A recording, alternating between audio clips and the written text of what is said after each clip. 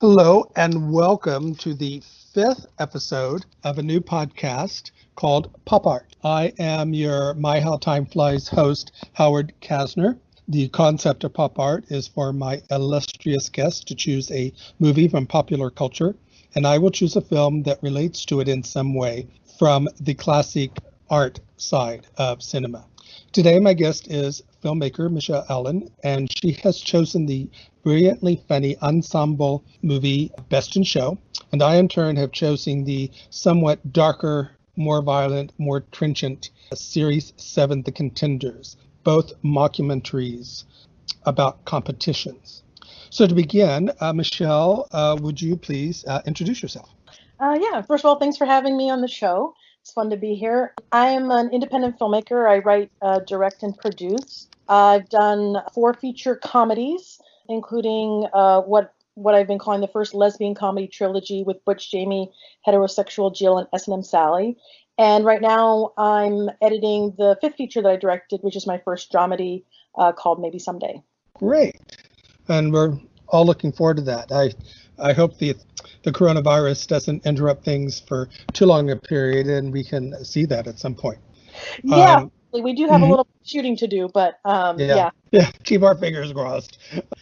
Let's begin with the movie Best in Show. Before we begin the discussion, I will give some info. Best in Show is a mockumentary about contestants and their dogs competing in a Westminster Kennel Club dog show called the Mayflower Dog Show here. It was released in 2000. It was directed by Christopher Guest. The screenplay is attributed to Christopher Guest and Eugene Levy, though it must be said that it is mainly improvised. The outline was like 16 pages, and everything else was then improvised by the cast. And what a cast! Well, there's a whole host, so I'll try to get through them as quickly as possible. Jennifer Coolidge, Christopher Guest, John Michael Higgins, Michael Hitchcock, Eugene Levy, Jane Lynch, Michael McLean, Catherine O'Hara, Parker Posey, Jim Piddock, Fred Ward, Ed Begley, and Bob Balaban. Can't go too wrong. So let's begin. Why did you choose this film? I chose this film because it's basically my favorite comedy, and I'd also think it's probably easily in my top 5 favorite movies. And the other reason is because when I first saw it, it was probably about 18, 19 years ago. It made such a impact on me as like an up and coming filmmaker, and just Mhm. sort of showing me a style of comedy that I hadn't seen in a movie before. I was in my early 20s, and I had just seen like more sort of broader comedy, and I loved the deadpan style of humor and sort of the grounded realism behind everything, which to me just accentuated the jokes so much more because everyone took them so seriously. And you've seen it again recently. How did you feel about it upon a new viewing? It's funny because this is actually the 3rd time I've seen it. The second time was maybe about 10 years ago. And I was kind of disappointed, I think, partly because it's built up so much in my mind because of, as I said, it's like, oh, it's one of my, favorite comedy and top 5 movies. And then I think it was watching it this time, I was a little bit let down because I think obviously it's a good movie, and there's a lot of interesting characters and it's very well done. But since comedy relies so much on the element of surprise, I think like with repeat viewings, you just don't have that element of surprise. And so it was fun to revisit some of the jokes, and I did catch like some new jokes that I forgot about or didn't maybe notice the first time, but it was kind of disappointing, unfortunately. Of course, that's not really unusual, especially for comedy, but it's also possible that you may see it sometime again in the future and go, oh, yeah, this is great. This is how I remember it. It's very strange how sometimes that works when you see things a few times. And at some point, you sort of said, well, I've seen this. And then sometimes later on, when you see it again, you'll come back to it and say, oh, yeah, it really is as good as it was. But sometimes, actually, you never do. There are some films I saw when Right. I was much younger that I thought were great, and I watch now and I go, okay, you know, Right, yeah. It eh, just really you know, depends where you are in your life, and everything really changes. So what would you say were some of your favorite parts of the movie? Because it is a movie made up of parts. yeah, of course I love the competition. I think Fred Willard, who plays the Oh, really like God. wacky announcer, he was so great, and I think he just had a lot of the best like one-liners. And in the guy who played opposite him, I don't know what Jim actor. Jim Piddock. Okay, yeah, and he was just like a great straight man and just really sort of like subtle about it. And so that's a lot of fun. And then the other parts I really like were Parker Posey's character I really liked. And just like watching her and her husband, but mainly her like freaking out and of course like projecting all of their shit and all of their anxiety and anger and aggression onto their dog. And Right. Who seems to actually be taking it rather well, considering.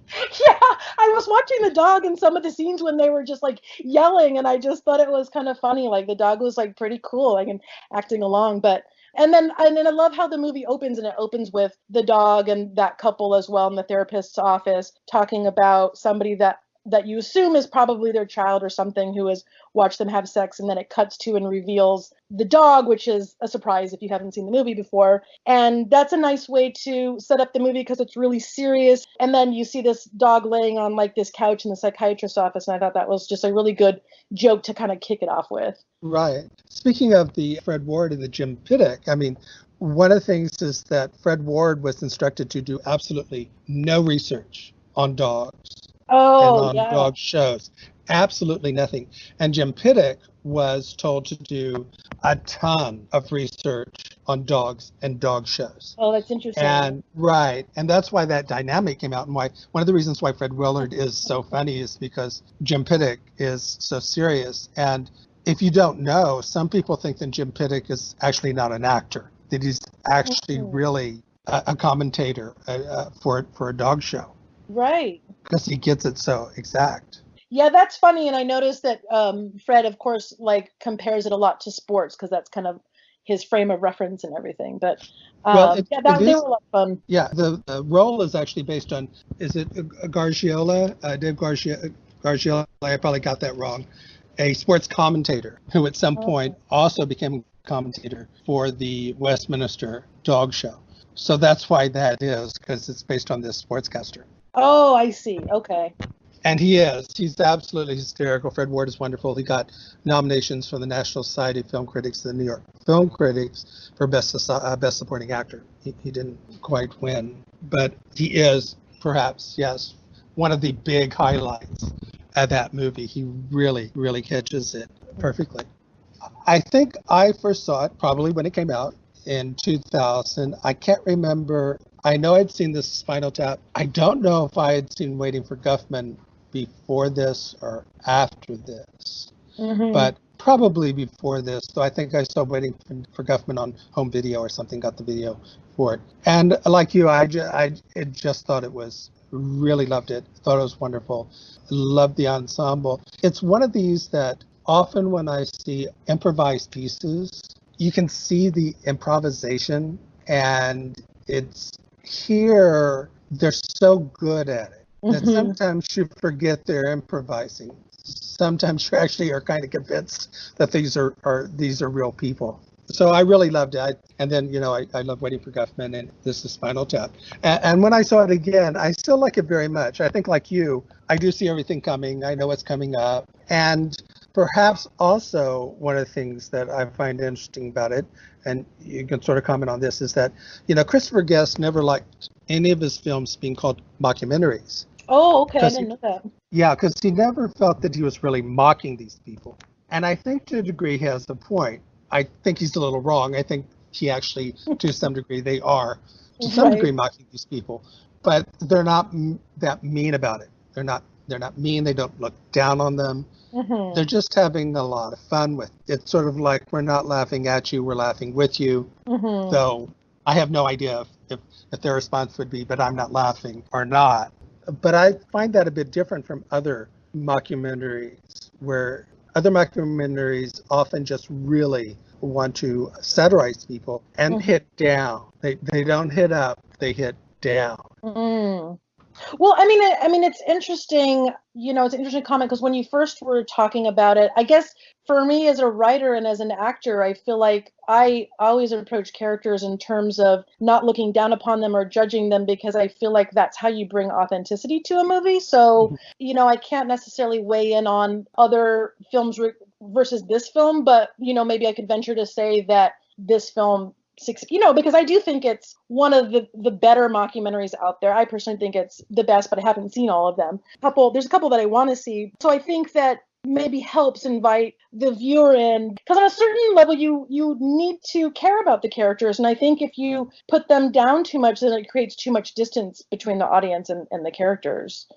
Yes, I think that is true. If you can't care about them, I mean, the only ones I think we ever get close to not caring about, of course, is Parker Posey and her husband, who are really, I mean, they're very funny, but I think originally, before this was even thought up, before Christopher Guest came up with the idea of doing this, he came up with an idea of two characters. I think he saw them in a coffee shop, and he called them the catalog couple. Uh-huh. And then when he did the show, I think that's one of the things he gave to Parker Posey and to, I never can remember who is who. I gave them that as a way to begin creating their characters, because that's how they met.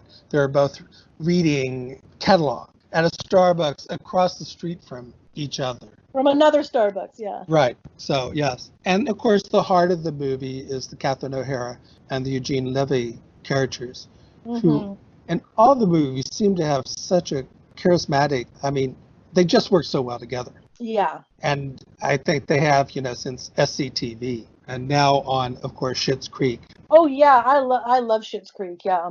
I can't wait for the wedding. Give me the wedding. I want that wedding. Yeah.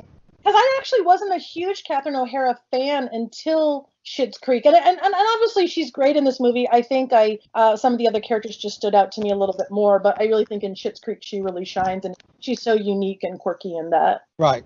Have you seen most of the Christopher Guest films? Yeah, I've seen most of them because I love this movie.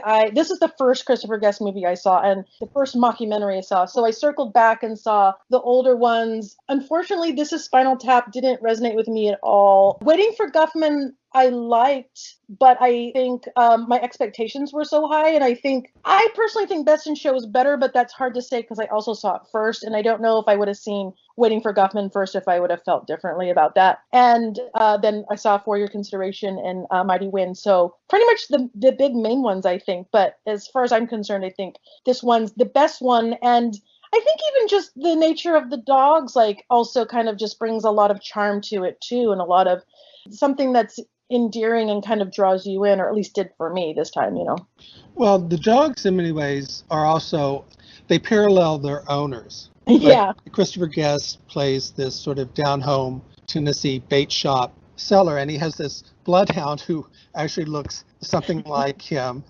And the Shih Tzu is sort of preeny and pretty and very style conscious, just like his masters. And then, I can't remember what Catherine O'Hara and Eugene Levy have, but they have this cute, perky little. They have a what? A terrier. Yeah, which my partner said was kind of like the working class person's dog, I guess. So it kind of reflected them. Yes. That's a good point. I didn't think of that, but that's actually very good. And to some degree, I guess, in a way, that might have been reflected in the movie when Jim Pittock said, well, it's kind of a surprise that it did as well as it did. He certainly didn't expect it. And I don't follow the dog shows. I don't follow anything like that. But sometimes that happens. All of a sudden, a dog that has not been considered to be, has gone out of favor, is not as popular or anything like that, suddenly wins or does well at the kennel show, and suddenly becomes a very popular kind of dog to have. Yeah, and I don't know a lot about it either, but yeah, I mean, and of course, like in terms of the context of the movie, like you definitely, I think in general, try to pick something unexpected, as opposed to like the poodle who's won the past 2 years. You kind of know, if you're savvy in terms of movie watching, that one's probably not going to win and that kind of thing. And I think, generally as a writer, you try to look for the least expected one, Right, especially in this, yes. Yeah, I felt that the same way. The others were they're almost too good. And the poodle was too pretty, the Shih Tzu was too pretty. So this brought up the underdog, the one they couldn't even afford the hotel. Yeah. So they got put in the cleaning closet. Right, and I thought actually, because I don't remember that from last time, and this time I thought they were going to do more with that, and it was funny, we never kind of followed up with that. But I thought it was a funny premise. Also, while Ed Begley is going around talking about it, there is a reference to This Is Spinal Tap when he shows, I think, photographs of a hotel room that was completely and utterly destroyed by a rock group. Right, by a rock band. Yeah, okay, yeah. And And that rock band is the Spinal Tap. I see. Yeah. Did that. This is also my favorite out of all the Christopher guests.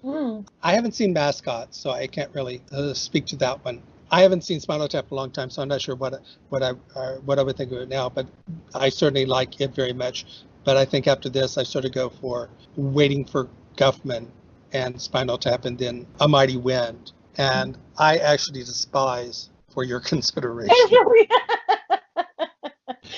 How come? Well, I just found it kind of astonishing that people who have been involved in the movie industry for as long as these people have absolutely no idea how one gets an Oscar nomination or wins an Oscar.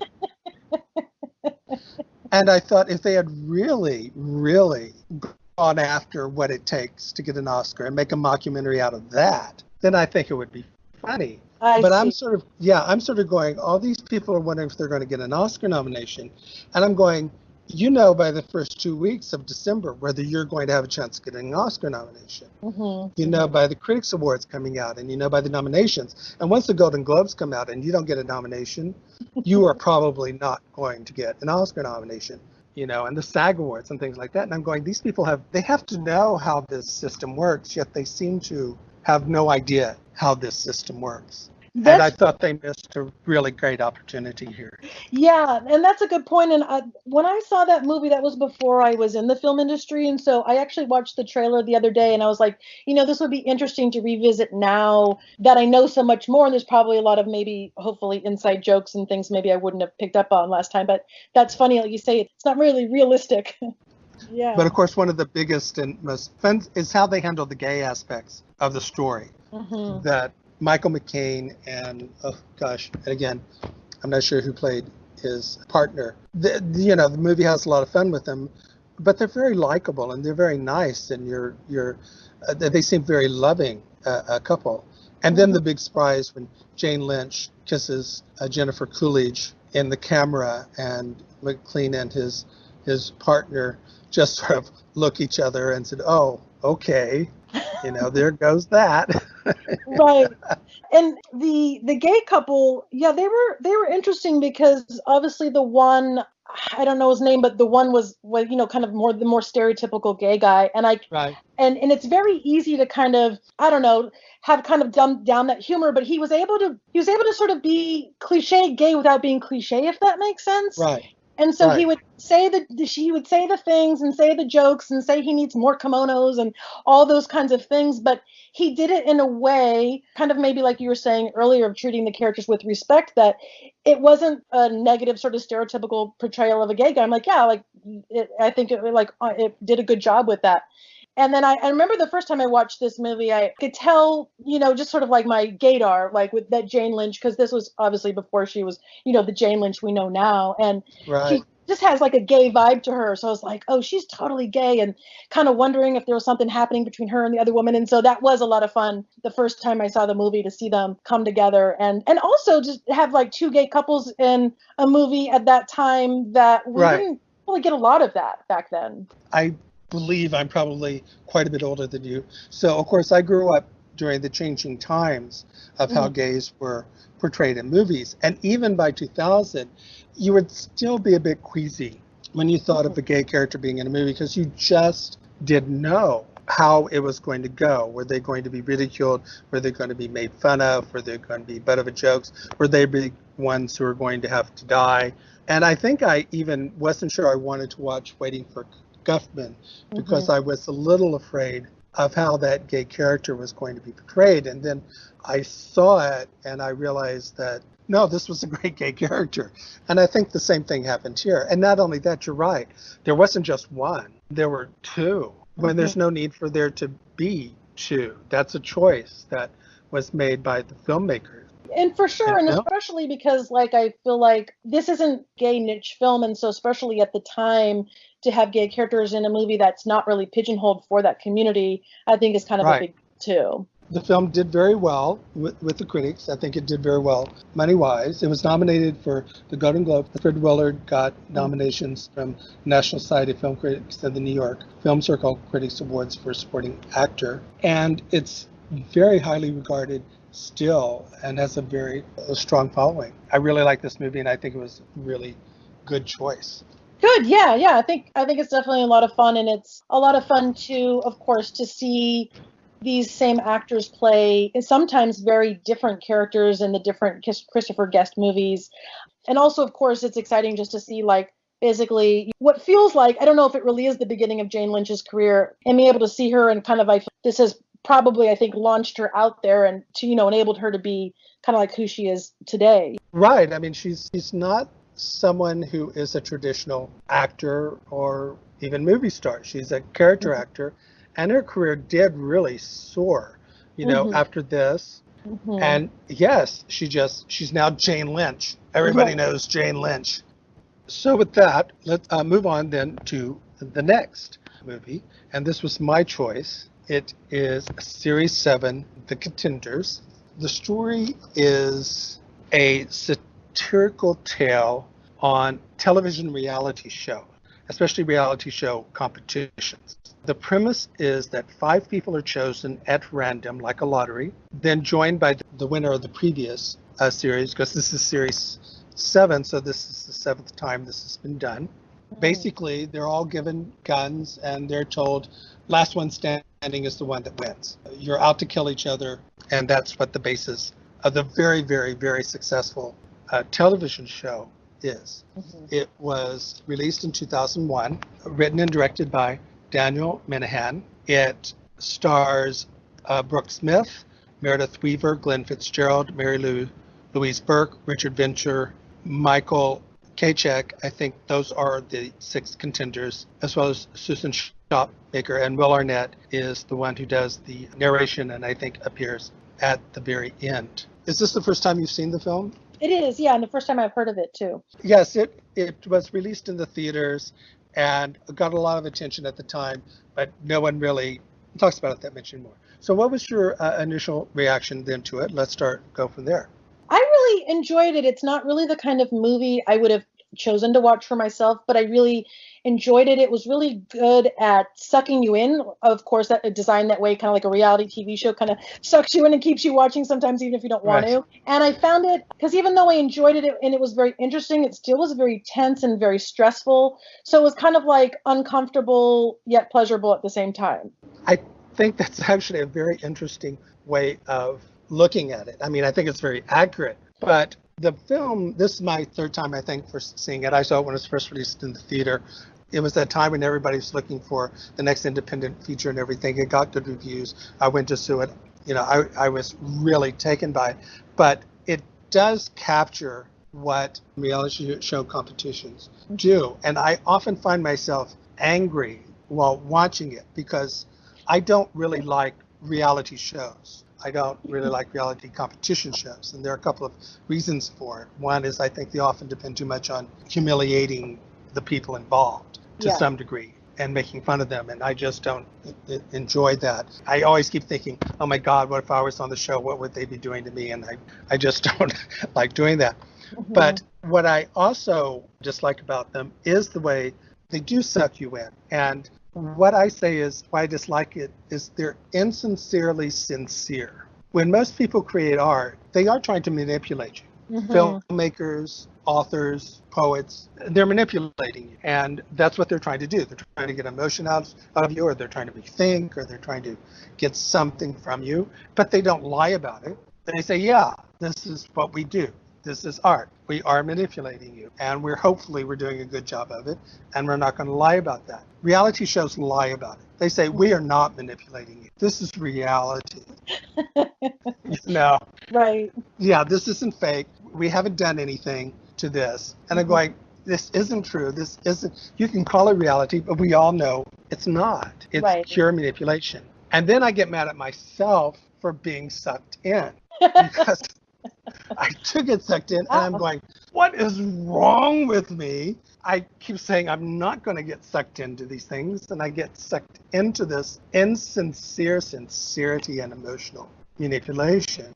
And I think that's one of the brilliant things about this, because what they're sucking you into is not a dating show or The Bachelorette or couples on an island or even the real world. They're sucking you in to a show about people ruthlessly killing each other. Yeah. And It starts off with a bang, literally, Right. as Brooke Smith, pregnant, goes into a convenience store and shoots someone right down in front of everybody. And you know something's a little off because people don't scatter. Right. Yeah, they're perfectly normal. Uh-huh. Yeah, because they know what's going on. And the great line is, "Well, what do I do with the body?" And she says, "Don't ask me. Let the people take care of the body. I don't really care what you do. Do you have any yogurt or whatever Being she dip, needs yeah. because she has a craving?" Yes.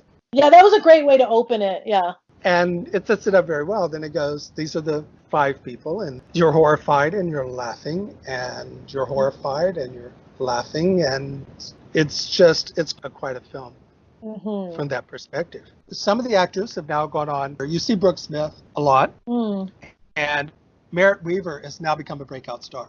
Now, which one was she? Merritt Weaver is the young girl, Oh, the okay. teen, and she went on. She became big, won an Emmy for Nurse Jackie, and most recently in the long-term series on Netflix, Unbelievable, about the women being raped. She's one of the two police officers, along with Toni Collette, and she has a new show on HBO. And Brooke Smith is actually in Unbelievable too. They don't have any scenes together. She's a therapist that gets it right at the very end. And then Will Arnett. It is just a wild, wild ride that just doesn't let up.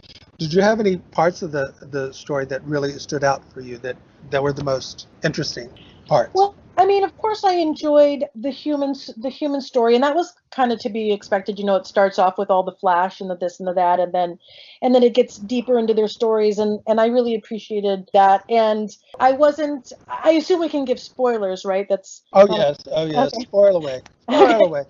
That I ship has wasn't, sailed. I wasn't, I was just kind of going along for the ride. So I wasn't actively deciding like, oh, who do I think is going to win this? But I was definitely rooting for Dawn, the lead character, to win this. But of course, it makes sense, kind of like how I said about Best in Show, that it doesn't make sense if you've won in the past from a writer's perspective to have them win again because it's like the obvious choice.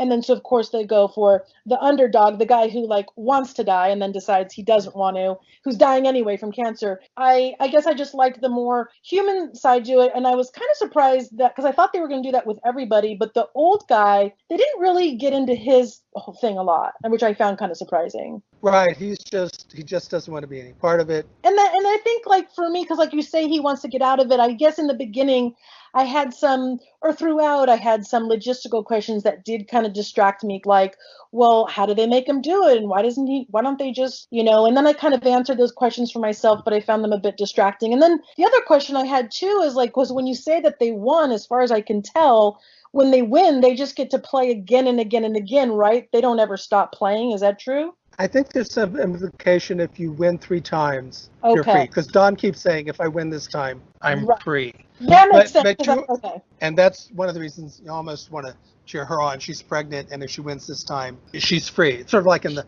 Hunger Games. You win, Right. theoretically, you never have to come back. But you're all right. That is it is a movie you either go with or you don't go with, because there are some things that aren't explained. The other reason why, of course, you want to shoot the other people is if you don't, they're going to shoot you. But the Right. question is, why did this ever come about? Why was it ever allowed to happen? The government has to approve it, you Right. know. Right. It's crazy. And then also too, you just like, yes, it's like you say the other people will shoot you, but why couldn't they just all kind of reach some sort of pact or agreement to not kill each other? Kind of like with Dawn and the other guy that was left standing, and then Yeah, of course it made sense because at that time they took her baby and then there were stakes involved. But before they took her baby, I didn't really know what kind of leverage this show had over them. And I actually thought for a while that they were going to team up and kill the other, like kind of form an alliance and kill the other right. people. I was surprised they didn't do that. But Well, I mean, that is the thing. If they all just said, no, we're not going to do it, right. there's no explanation as to what happens if they all just refuse to do it. As you said, you could imagine basically that you get killed by the organizers of the game, but they never say that. And that is one thing you either go with or you don't go with, because, yeah, that is sort of a flaw. What it is just takes the idea of a reality show and takes it to its nightmarish proportions with the Right. idea that why does anybody participate in a reality show at all? I mean, and the thing Yeah. is, the other thing also is that they don't really win anything except to live. They Yeah, don't exactly.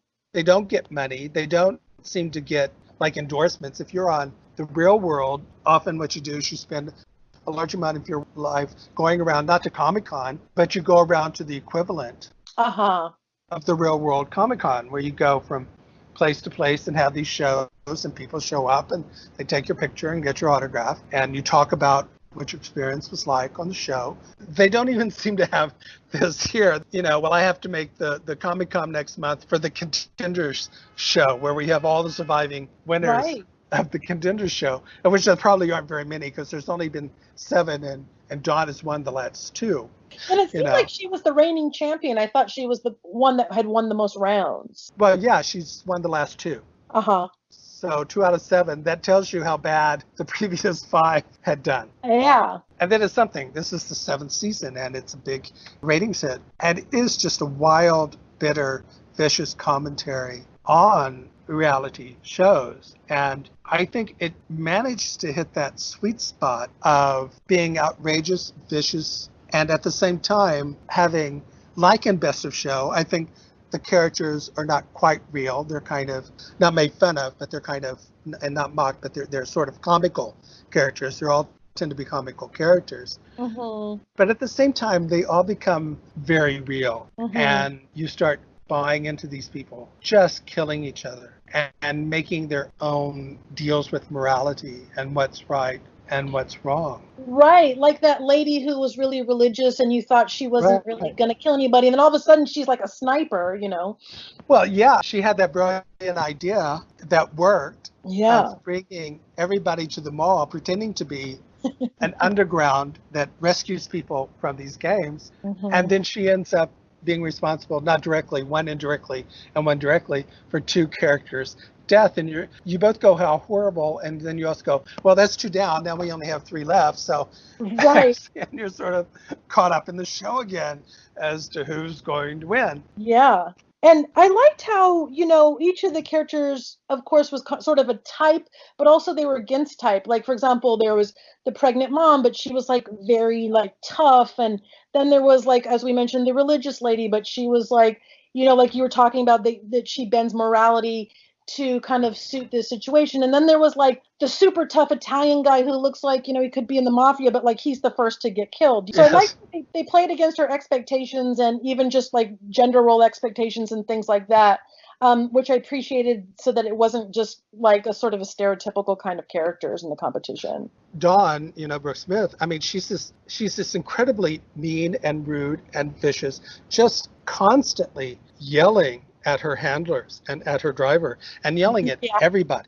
Sort of at first you go, oh my God, what is wrong with her? But after a while, you kind of like her for yelling at all these people. Well, yeah, because obviously it must be so stressful. She's been living her life for quite a while. I don't know how long exactly, of just like she could die at any moment, So it's almost like she deserves to be that way because she's like in constant combat. I mean, nobody else around is, The nurse, I think that's Mary Louise Burke. There is one line that I did remember hearing it the first time, though I'd sort of forgotten it. There is the suggestion that she actually euthanizes people.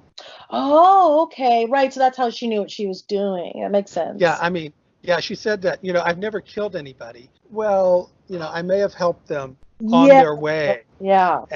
And then I love the scene when, of course, we all know what's going to happen. Dawn gives birth in the middle of everything.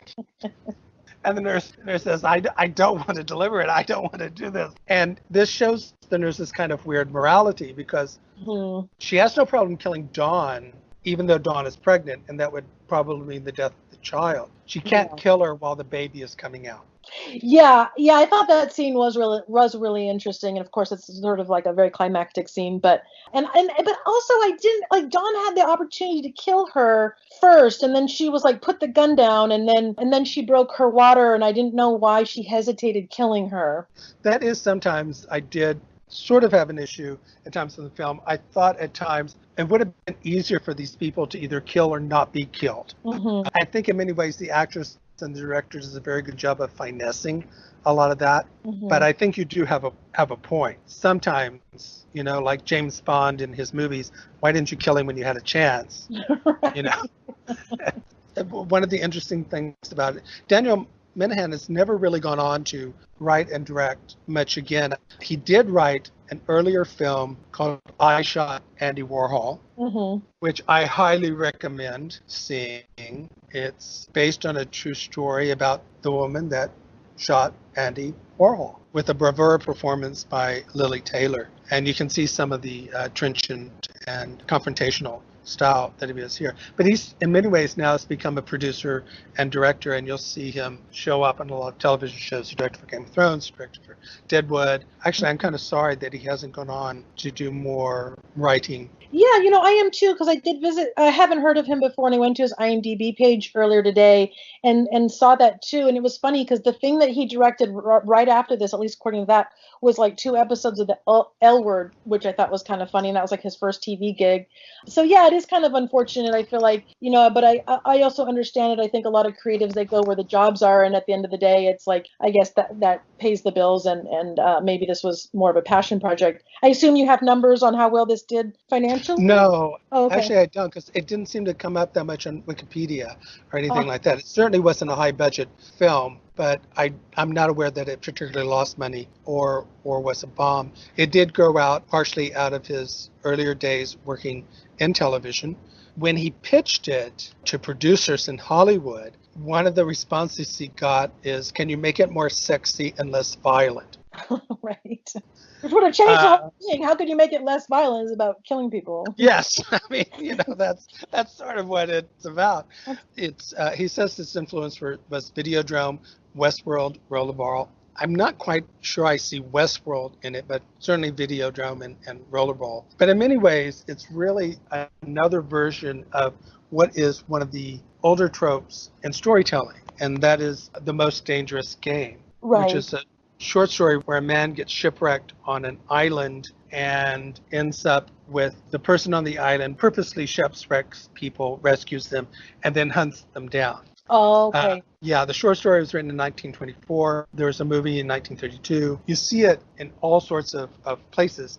Even the original Star Trek had an episode highly influenced by The Most Dangerous Game called The Squire of Gothas. And you'll see it in Robert Altman's, probably his worst film, Quintet. And you'll see this over and over again. Any movie you see where someone is being hunted down, this all goes back to this story, The Most Dangerous Game. That's interesting. I'll have to read that. Yeah, I'll talk a little more about the movie later on. So yeah, especially a melding of the Most Dangerous Game and reality show. And this, of course, predates The Hunger Games. Right, yeah. I think the first book was written in 2008. If there's anything else that you might want to add to the discussion here.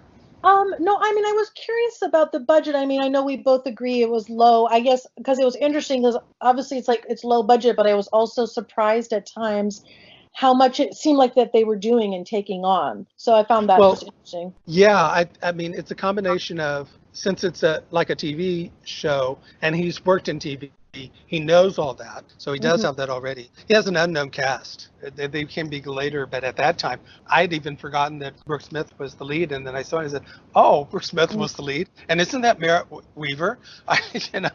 Yeah. The ending is kind of interesting. The original ending was supposed to be that the Brooke Smith, Dawn, and her former boyfriend decide to just leave. They put down their guns and they leave at the end instead of fighting it out.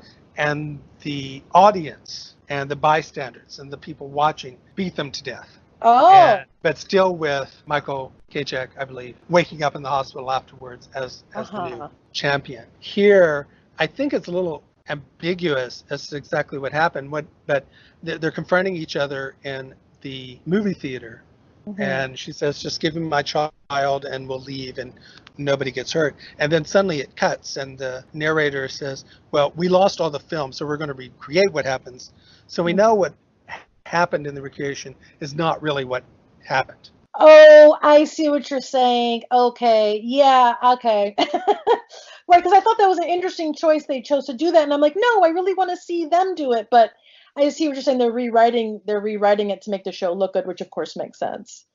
Yeah, I suspect what really happened is they burst in, they shot them SWAT style. They couldn't let the audience or the TV people know that. So they made up this thing about the girlfriend shooting them. And Okay. because Right. she says at the end, she's in jail and says, I didn't do this. Uh-huh. I didn't shoot Right. this. So I think it's a bit too subtle. I think we need a little more. Yeah, that's interesting. And of course, I wish, I mean, it would have had a little more redemption, but I think they didn't obviously want to put that in there. To see the Right, characters basically break free from the system, knows what I would have right. ultimately wanted. But of course, they had their reasons why they didn't they didn't want to give us that. So Yeah, and I don't know if they actually say it, but the implication is they're going to Canada. And sci-fi fictions like this all the time, one of the places people always go is to Canada. For some reason, Canada is the land of never goes along with these dystopian sci-fi right. futures. Richard Ebert had an interesting comment on it. He said it's not the idea that people will kill each other for entertainment that makes Series 7 jolting. What the movie correctly perceives is that somewhere along the line, we've lost all sense of shame in our society. Mm. So in closing out, first again, I want to thank you for being on the show, but I did ask you to choose a film or two as to a movie in the same vein of Best in Show that you might recommend.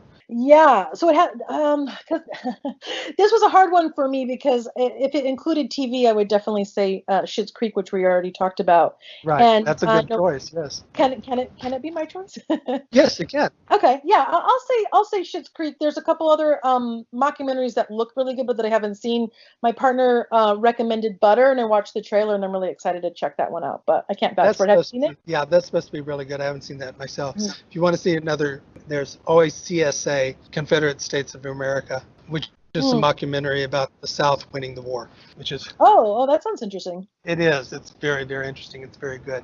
For mine, I will choose two. The first one will be The Most Dangerous Game from 1932. It stars Joel McCrea, Fay Wray, and a scene-stealing Leslie Banks. It's free code, and it's very entertaining. The other one is a movie called The 10th Victim from 1965. It's an Italian film, and I'm not really recommending this because it's a good film. Like many Italian Gaio and exploitation films, it's really not necessarily a good film. It's sort of campy and over the top. But it stars Marcello Mastroianni and Monica Vitti. And it takes place in the future, the 21st century, which now isn't the future, I guess, anymore. Right. And it has some of the same basic setup as Series 7, The Contenders. Basically what it is someone is chosen, and they're chosen to be either a victim or a killer. And if you're a killer, you know who your victim is. If you're a victim, you don't know who your killer is, but he's coming after you. You have to do this 10 times. And 5 times you have to be the killer, and 5 times you have to be the victim. It's kind of campy. It's kind of fun. It's not great. Mm. So in closing out, the next and final thing we do is if you can give us some idea of what you're working on and what's coming up and what we can expect to see in the future. Yeah, so I'm currently editing a movie I directed called, which I mentioned earlier, called Maybe Someday. It's a dramedy feature about a woman, Jay, who I play because I'm an actor as well, separating from her wife and trying to move on with her life. And unfortunately, we only have 75% of it shot. We did have to suspend production because of COVID-19, but in the meantime, I'm keeping busy editing. And the good news is that the shoot that we do have to do, it's a 4 day shoot. They're flashbacks, and so they're self-contained with a new cast. And so even if we shot it in a year, although I'm hoping it'll be sooner than that, it won't be a problem with like continuity and stuff. So that'll be good. That sounds very exciting. I also want to say, like, if people are interested in keeping up to date on the film, we recently got our social media up and running at Maybe Someday Film on Facebook and Instagram, and Maybe Someday J on Twitter. Great. For me, I'll run through my usual litany that I say pretty much every week. I have a blog called Rantings and Ravings where I talk about issues of film and screenwriting. I'm a script consultant, and I have a script consulting business. I have a Facebook page called Howard Kastner Script Consultation. I've published 2 books of short stories on Amazon, The Starving Artist and Other Stories, and The 5 Corporations and One True Religion. These are horror, fantasy, sci-fi short stories. I've written the 2nd edition of my screenwriting book, Rantings and Ravings of a Screenplay Reader. I'm an amateur photographer. You can find that on Instagram. You can find previous episodes of my podcast, Pop Art, on Podomatic, Anchor, Spotify, SoundCloud. I think I'm supposed to be on Google Play, but I'm not sure. I haven't been able to find it, but I've been informed by one of my streaming platforms that I'm supposed to be on it. Who knows? The next episode has been set up. I did recently a podcast for Cinema Recall with The Vern, a film enthusiast and reviewer, where we chose 5 foreign films for people who are afraid of foreign films. And he then is going to be my guest next week. He chose the film RoboCop, and I in turn chose the film THX1138, both sci-fi films about roboticized police corps. So once again, I really appreciate you coming on the show. Michelle, it was a great discussion. Yeah. I really enjoyed it. Yeah. And hopefully maybe sometime in the future we can do this again. Yeah, that would be fun. Thank you. Okay, great. Thank you very much. All right. Bye-bye.